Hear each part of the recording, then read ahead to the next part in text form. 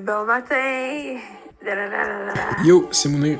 Je pense que je vais low-key juste écrire au ministère de la Culture sur Twitter. Je vais dire, yo, est-ce qu'on peut set up un meeting? Allô, moi, c'est Daphné. Ouais, mais elle m'oblige à regarder un film d'une heure sur un ours. Puis là, j'étais comme vraiment frustrée. Puis j'ai dit, moi, je regarde pas ce film-là. C'est Café Snake. Bon matin. Bon matin.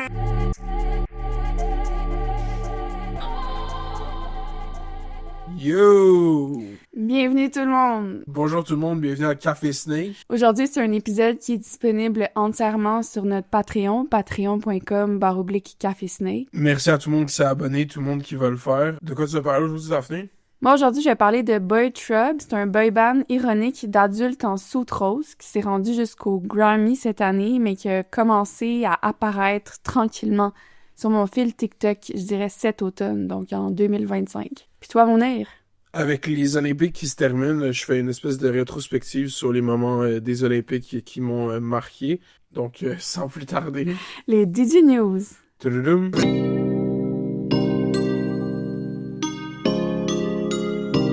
Pour vrai, je suis tanné d'entendre le monde dire que Kinji, il est pas tout ça, il sait pas comment s'exprimer, il avait de quoi entre les dents. Demain, premier jour de Ramadan! Le gars a lu Bourdieu. Il parlait d'habitus de classe.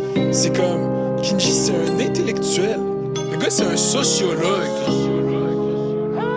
Plus de l'or que Mané Bouchard. Et la nuit, jamais que je dors. Non, je peux pas stop. Avec le maire de Laval, on fait un complot. Les fédéraux, ils sont finito. What's your biggest fear? Child, my biggest fear probably coming a one-clip wonder, bro. Sean Kingston of Street. Salut tout le monde, je suis en direct de Puerto Vallarta, comme tout le monde le sait. Je suis ici depuis le mois de décembre, donc j'avais pas le même discours hier que je vais avoir là. Comme bien du monde le savent, il y a une alerte. Écoute, depuis ce matin que j'appellerais ça la guerre. Là. I can destroy the trade, I can destroy the country. I'm even allowed to impose a foreign country-destroying embargo. I can embargo. I can do anything I want, but I can't charge $1. Sir, can we ask you America first or Israel first? Israel first. Israel first? Yes. Before America? No, of course not. You fat penguin? That's what you have to in say? these halls, you're going to get in a lot of trouble. You're a fat, disgusting penguin, sir. No, you're a loser. You're a fat, and disgusting you're a penguin. Loser. You're the biggest fat, loser that disgusting ever penguin. existed. All you guys are losers. You're a fat, You're disgusting losers penguin. that hate America and hate Jews. You're a fat, disgusting penguin, sir. Who had the most contact with Jeffrey Epstein during his final decade? At The Economist, we have analyzed 1.4 million of Jeffrey Epstein's emails.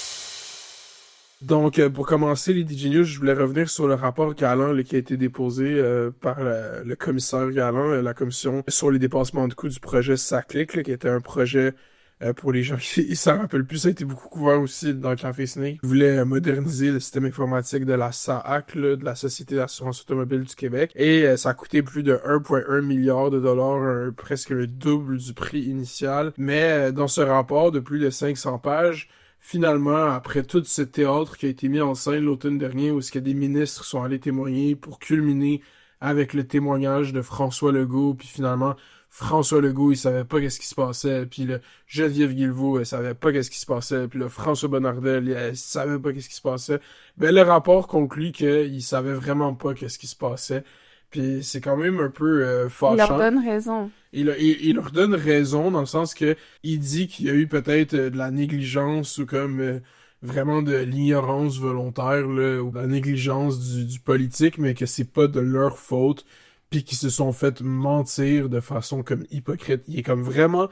Pour un des rapports, là, ce que je crois comprendre, là, c'est un des plus comme décisifs dans le sens qu'il accuse du monde comme clairement. Genre, il est comme ouais, calme à l'enfant, il a menti, un ancien directeur de la SAC. Je trouve ça intéressant parce que l'automne dernier, on est tellement focus sur les politiciens parce que c'était tellement drôle de les voir comme témoigner puis tout, puis on voulait entre parenthèses du sang, là, on voulait comme quelqu'un qui allait admettre culpabilité, là, comme quelqu'un de la CAQ. Puis je pense que c'était ça vraiment le thème de la dernière session parlementaire, là, c'était comme ok, c'est quoi qui va arriver pour que la CAQ, il s'en aille.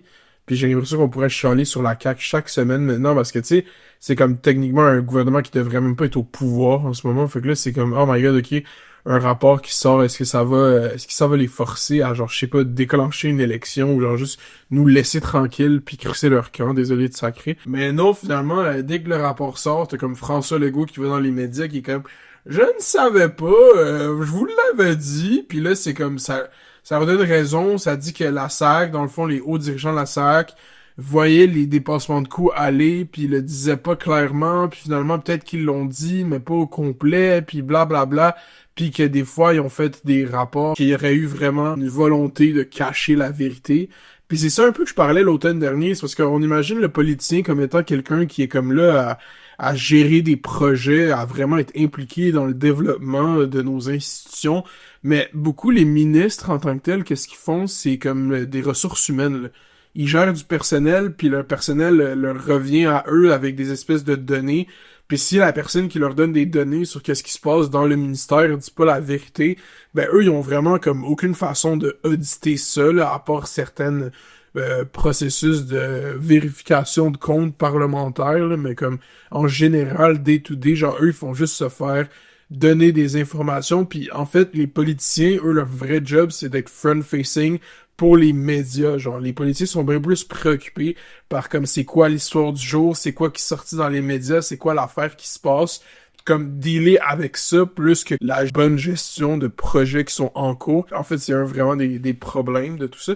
Puis là, c'est un rapport de 500 pages qui va en long puis en large. OK, voici ce projet, il était trop ambitieux, on n'aurait pas dû le faire de même. Puis c'est quand même assez genre technique niveau soumission de projets informatiques. C'est quand même drôle parce que les gens qui font ça, c'est des juristes, c'est pas des informaticiens, mais c'est sûr qu'il y a des spécialistes en informatique puis tout qui ont témoigné pour les aider, I guess.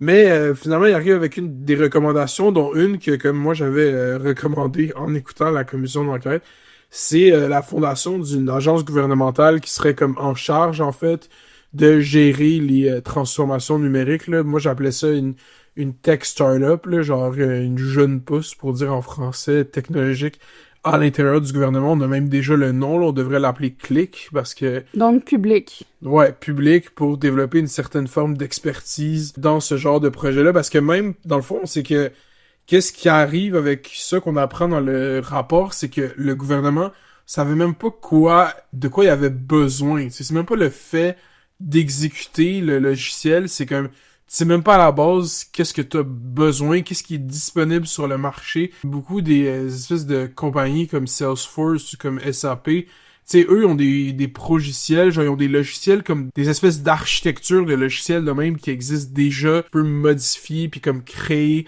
puis comme avoir tes propres serveurs puis comme faire à partir de leur affaire.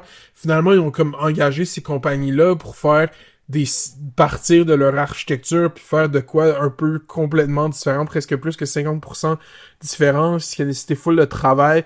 Je pense que dans le rapport, j'ai pas lu les 500 pages du rapport, mais ce que je crois comprendre, c'est que dans le rapport, c'est inscrit que comme ça aurait pas été nécessaire. Fait que là, c'est ça, créer une espèce de entreprise technologique qui serait capable de comme voir, entreprise, agence gouvernementale technologique, qui serait capable de voir qu'est-ce qu'on a besoin, puis comment, en fait, de monitorer ces projets-là, de les centraliser dans le gouvernement, parce que là, qu'est-ce qui arrive, c'est que, mettons, là, ils ont arrêté ça, là, ils ont fait pause, on sait pas trop qu'est-ce qui se passe, ça va être une autre affaire de même, le projet en santé, là, je pense, je me rappelle pas exactement c'est quoi l'acronyme. L'automne dernier, pendant tout le trouble de la commission Galland, la CAQ tranquillement fait pause à ce projet-là, là, parce qu'il y avait trop de dépassements de coûts. Faire un endroit où est-ce que tous ces projets-là sont non seulement mis en marche, mais comme supervisés. Donc ça, c'était la partie gratuite de notre épisode. Si vous voulez l'écouter au complet, vous pouvez aller au patreon.com/Café Snake. Un épisode sur 2 est disponible au complet juste pour les abonnés sur Patreon. Merci de nous avoir écoutés. À la semaine prochaine.